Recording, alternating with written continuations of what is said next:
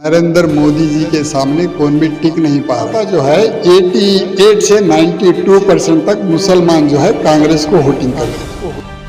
एक मुसलमानों में एक बेदारी आ गई, ये साबित हो गया। मैं देखता हूँ ये हमेशा शहद की मक्खी के ख्यालात रखते हैं और चूंटी की ताकत रखते हैं, मछली की हिम्मत रखते हैं, शेर का जिगर रखते हैं। मौलाना तौकीर रजा साहब से भी बात चल रही है, वो भी आने का इरादा जाहिर किया है। अब कब आना ये अभी तय नहीं पाया। तो कोई भी मुझे आज तक मेरे सिंगल वाहिद जेरो जबर पेशो जज़म को इनकार नहीं करे, ये अल्लाह की बहुत बड़ी मेहरबानी है।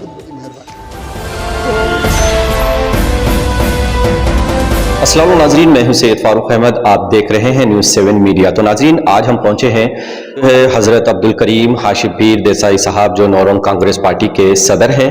इनसे बात करेंगे, जानेंगे जिस तरीके से मौजूदा हालात चल रहे हैं, चाहे पार्टी का हो या दिगर कोई भी, आने वाले 2024 के MP इलेक्शन में क्या किरदार रहेगा करीम साहब का, हम ये जानने की कोशिश करेंगे। अस्सलाम वालेकुम सर। वालेकुम अस्सलाम वालेकुम रहमतुल्लाहि व बरकातहू। देखिए साहब, आज के हालात में पूरा देश नहीं, पूरी दुनिया जान रही है कि नरेंद्र मोदी जी के सामने कौन भी टिक नहीं पा रहे। ऐसे हालात में गुजरात का जो चुनाव है, कोई भी सोच नहीं सकते थे उतनी मेजॉरिटी आएगी। बैक वक्त सेम टाइम कर्नाटक के में कांग्रेस के 135 सीट आएंगी, ये भी कौन भी सोच नहीं सकता था। तो मैं जहां तक समझता हूं आने वाले हालात और हम क्या कर सकते हैं। देखो, एज हजरत अब्दुल करीम हाशिमपीर देसाई मैं वाहिद पर्सन पूरे भारत पर छा चुका हूं। ये जामिया मस्जिद के पेश इमाम साहब, बरेली के पेश इमाम साहब, लखनऊ के पेश इमाम साहब, तुम्हारे कानपुर के पेश इमाम साहब, अजमेर के पेश इमाम साहब के अलावा भारत के अक्सर इमाम मुझे इनफरादी तौर पर जानते हैं और तबादले ख्याल करते हैं। साथ ही साथ सम्मान्य नरेंद्र मोदी जी से लेकर तमाम नेताओं से मेरी मुलाकात हुई है।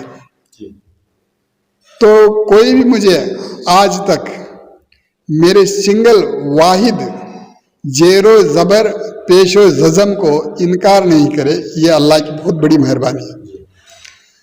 तो हम बीजेपी सरकार रहे या कांग्रेस सरकार रहे या फिर मिली जुली सरकार रहे, हमारा मकसद एक है, वो ये है कि भारत हमारा महान है। इस भारत महान को महान रखने के लिए मुझसे लेकर तमाम भाइयों को अपने अपने मज़ाहिब पर अटल रहना चाहिए। नमाज पढ़ने वाला पूजा कर रहे, पूजा करने वाला नमाज पढ़ रहा है, ये इसी में क्या हो रहा है, फसाद का एक जरिया बन रहा है। नमाज पढ़ने वाला पूजा करे तो पूजा में भंग आ रहा है, सेम टाइम पूजा करने वाला नमाज पढ़े तो नमाज में दखल हो रहा है। तो ये दोनों चीजें छोड़कर नमाज का सम्मान दीगर भाई करे और पूजा का सम्मान तमाम भाई करे, ये मेरा मानना है। और मैं हर धर्म से, हर जात से, हर भाषा से, हर प्रांत से और हर पार्टी से जुड़ा हूं। मेरा मकसद एक है, वो ये है कि हम सब मिलकर सुकून के साथ जिए, एक दूसरे की इज्जत करें। एक दूसरे की इज्जत करने में सबकी भलाई है। आज अपोजिशन जो है, सत्ता को गिराने के लिए बिला वजह इल्जामात लगाना या बिला वजह शरारत करना, ऐसा करे तो कभी भी सुकून नहीं मिलता। अब देखो, जब बीजेपी सरकार कर्नाटक में थी, अलग तरीके के फसादात थे। आज कर्नाटक में कांग्रेस सरकार है तो अलग तरीके के फसादात आ रहे हैं। वो कैसे? देखो, सरकार एक अच्छे मकसद से बसों में जो है औरतों के लिए बस फ्री करे, तो उसका नाजायज फायदा यानी उसे फेल करने के वास्ते क्या कर रहे हैं, जिसे जरूरत नहीं वो आदमी भी बाहर आकर बसों के सामने रश का एक माहौल पैदा कर रहे हैं। ये एक तरफा है। दूसरी तरफा आप चावल का जो मामला है, चावल जो है सेंट्रल गवर्नमेंट 5 केजी देने का एक निज़ाम बनाई है, तो स्टेट गवर्नमेंट 10 केजी देने का एक निज़ाम बनाई। 10 जमा 5 15 केजी लोगों को पहुंचने के लिए एक वक्त भी चाहिए, जरा सब्र भी करना पड़ता है। देखो, अल्लाह मियाँ एक लफ्ज कुन से दुनिया बनाया, लेकिन मेरे नाना बताते थे एक लफ्ज कुन से दुनिया के बनाने का अल्लाह को ख्याल आया, पूरी दुनिया बनाने के लिए 6 दिन लगे। तो ऐसी हालत में हम दूसरों की शिकायत करने के बजाय अपने गलतियों को सुधारना जरूरी है।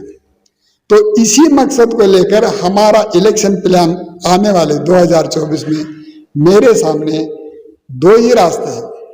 या तो हम सीधे सीधे कांग्रेस के साथ चले जाएं या फिर बीजेपी के साथ। अगर ये दोनों नहीं माने तो तीसरा मोर्चा बनाना पड़ेगा। इसके लिए बहुत वक्त लगेगा और हालात भी साजगार नहीं। अगर हम कांग्रेस के साथ जाएं तो पंकज सिंह जो पाटना के हैं, बिहार वाले हैं, एआईसीसी के जाने माने नेता हैं, एआईसीसी के मेंबर हैं, खरगे जी के और राहुल जी के बिल्कुल अजीज हैं। वो मेरे घर आए थे तो मैंने उन्हें एक फार्मूला दिया है। वो फार्मूला ये है कि 99 डेज के अंदर 543 लोगों की लोकसभा की अगर फहरिस्त लिस्ट अगर वो लाएंगे तो मैं कहीं से भी चुनाव नहीं लड़ूंगा, बिला शर्त उनका साथ दूंगा। अगर वो 543 की नहीं ला सकते तो जहां जगह खाली रहेगी वहां से मैं लड़ूंगा। तो इस बार कहां से लड़ेंगे आप? नहीं, मैं वही तो बता रहा हूं, वहां जहां जगह खाली है वहां से लड़ूंगा। लेकिन सवाल यह है कि अगर कांग्रेस 543 में 300 की फहरिस्त अगर लाएगी तो बचे 200 जो उम्मीदवार बचेंगे, मैं पहले ये तमाम पार्टियों को मौका दूंगा जो कांग्रेस से जुड़ना चाहते हैं। सबको हिस्सा मिले के बाद आखिर में मुझे बचा लूंगा, नहीं तो मैं बिला शर्त उनका साथ दूंगा। कांग्रेस पार्टी का साथ देंगे आप? कांग्रेस के साथ साथ जो भी पार्टियां जुड़ेंगे उनका साथ दूंगा। अगर 99 डेज के अंदर अपनी फहरिस्त लेकर कांग्रेस नहीं आई तो मैं अकेला वाहिद अब्दुल करीम बीजेपी के साथ चले जाऊंगा। भले ही मुझे आप जो भी कहें, अच्छा कहें बुरा कहें, वो आपका मामला। जब सामने वाली पार्टी कांग्रेस पार्टी के पास एक फर्म डिसीजन, मुसम्मम इरादा नहीं रहा तो हम कुछ भी नहीं कर सकते। देखो, हम कांग्रेस से ना 1 रुपए की मांग कर रहे हैं, ना कांग्रेस पार्टी के पोस्ट की मांग, ओहदे की मांग कर रहे हैं, और ना ही हमें किसी सीट को छोड़ देकर मांग कर रहे हैं। हमें कौम की फिक्र है, कौम का दर्द है। अब मेरी उम्र 65 साल है, मेरे से छोटे भाई कई गुजर गए और मेरे साथ वाले भाई गुजर गए, मेरे से बड़े भी गुजर गए। हमें भी एक दिन जाना है, तो मैं पंडितों के साथ जुड़ा हूं। सर, मेरा सवाल, जिस तरीके से आप बता रहे हैं कि कांग्रेस से जुड़ना और बीजेपी से जुड़ने की ये जो बात बता रहे हैं, आपके पोजीशन के हिसाब से आपकी पार्टी कितनी यानी कि मजबूत हो चुकी है जिससे कांग्रेस और बीजेपी से आप जुड़ सकते हैं? देखिए भाई साहब, मेरी पार्टी कितनी मजबूत है, मैं कितना मजबूत हूँ, मेरे अरकान कितने मजबूत हैं, इस पर तुम क्यों तवज्जो दे रहे हो, मुझे समझ में नहीं आ रहा। ये आपका सवाल मेरी आप सवाल, मैं आपके सवाल, मैं आपको एक बात बोल रहा हूँ, बीच में इसलिए रुका रहा हूँ आपको कि आपकी पार्टी का मतलब यह है कि आप बताइए, आवाम को बताइए कि आपकी पार्टी कितनी। भाई साहब, मेरी पार्टी कितनी ताकत है और मैं कितना ताकतवर हूँ, ये आप सोचने के बजाय आप बीजेपी को हराना चाहते हो या आप खुद हारना चाहते हो, यह आप फैसला करो।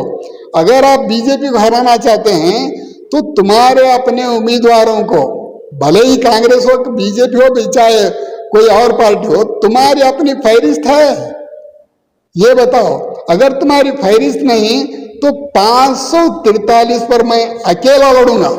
कैसे? मेरा हर स्टेट में एक आदमी है, उसी को ठहरा कर दूंगा मैं। भले ही वोट फूटे, वोट तकसीम हो जाए, उससे मुझे लेना देना नहीं है। मैं जब इम्पार्शियल हूं, कौम के लिए लड़ रहा हूं, तो मैं कौन सी पार्टी से जुड़ना ये मेरा काम नहीं है। कौन सी पार्टी मुझे जुड़ना है उसका काम है, भले वो कांग्रेस हो बीजेपी हो, चाहे कोई भी पार्टी हो, आपको जुड़ाने की फिक्र करे। हाँ, मुझे जुड़ाने की नहीं, मेरे पास आना, मुझे बात करना। मैं क्यों जाऊं जब मुझे पैसे की जरूरत नहीं, पद की जरूरत नहीं, किसी सीट को छोड़ को देकर बोलने की जरूरत नहीं, तो मुझे किसी पार्टी की जरूरत नहीं है। मेरी जरूरत किस पार्टी का, वो पार्टी का आना होगा। अगर नहीं आई तो मैं अपना फैसला करूंगा। जब मैं मतदाताओं से ये विनती करता हूं कि मुझे वोट फोड़ने वाला ये तहमत मत दो। अगर देना ही चाहते हैं तो आपकी मर्जी है, उसे हम कुछ नहीं कर सकते, वो आपका आजादी है। पूछिए आपका क्या पूछना है। तो सर, जिस तरीके से पार्टी अपने अपने रोल अदा की है, डिफरेंट यानी कि अलग अलग स्टेट्स में, तो ये रोल के बारे में आप क्या कहेंगे सर?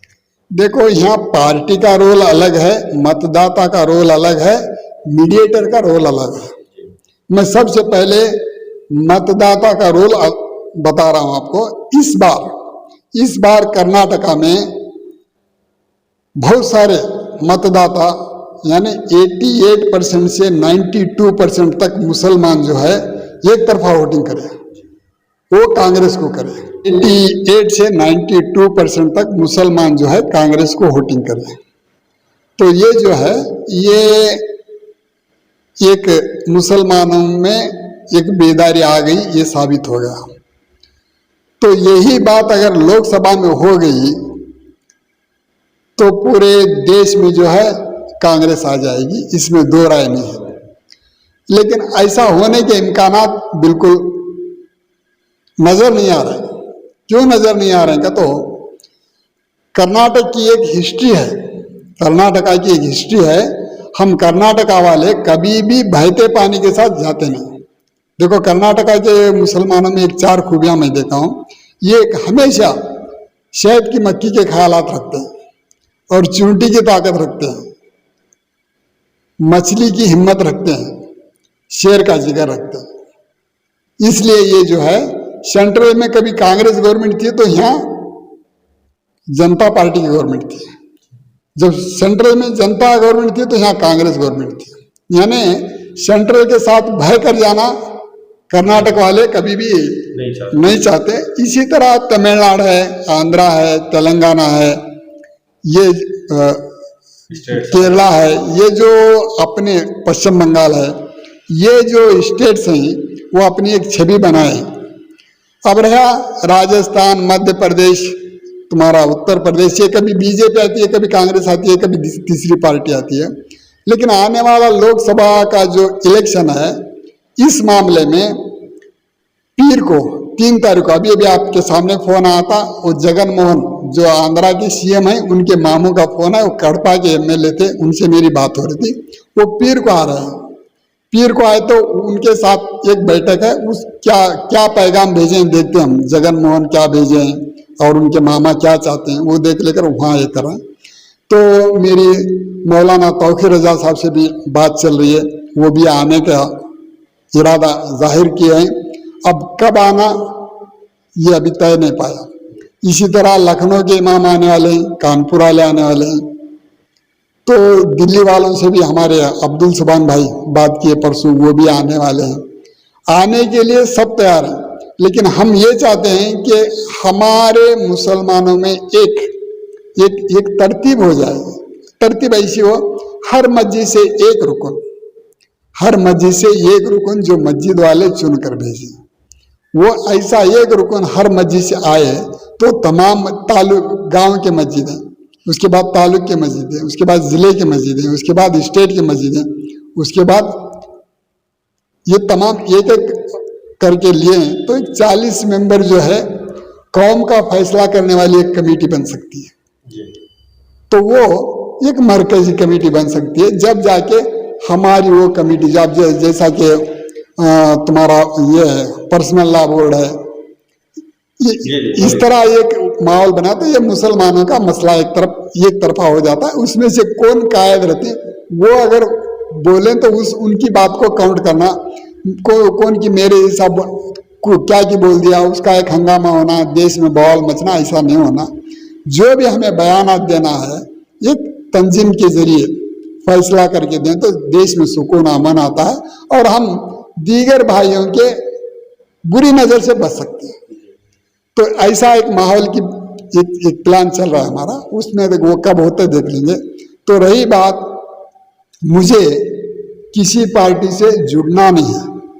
अगर कोई पार्टी मुझसे जुड़ना चाहती है तो मैं उस पार्टी को पहले तरजीह दूंगा, ये मेरा कहना है। तो इसलिए मैं 543 में कहीं भी ठहर सकता हूं। उसमें मेरी अव्वल तरजीह जो है बेंगलुरु नॉर्थ है। बेंगलुरु नॉर्थ लोकसभा जो है वहाँ मैं एजुकेशन डिपार्टमेंट में रह कर बच्चों की खिदमत किया हूँ, बच्चों के माँ बाप की खिदमत किया हूँ, SDMC के मेंबरों की खिदमत किया हूँ और वहाँ के टीचरों की खिदमत किया हूँ, अफसरों से जुड़ा हूँ, साथ साथ वहाँ के लोकल रहबरों से जुड़ा हूँ और मुसलमानों से ज़्यादा मुझे दीगर भाई ज़्यादा चाहते हैं। वो क्यों चाहते हैं वो उनका मामला है। अब मेरे अपने भाई मुझे क्यों नहीं चाहते ये इनका मामला है। अब हर एक को हम कुछ कहते हैं तो किसी को अच्छा लगता है, किसी को बुरा लगता है, तो हम उसके साथ नहीं जाना चाहते। मेरी सुलझी बात यह है कि हम 16 तारीख को चंद हम ख्याल लोग यहाँ पे जम रहे हैं, जिसमें शराफत अली उत्तर प्रदेश सहारनपुर से आ रहे हैं। तो ऐसे बहुत सारे लोग आने वाले हैं उस दिन। तो सुप्रीम कोर्ट से भी चंद लोग आने वाले हैं। लेकिन क्या होता है, क्या बनता है वो करेंगे।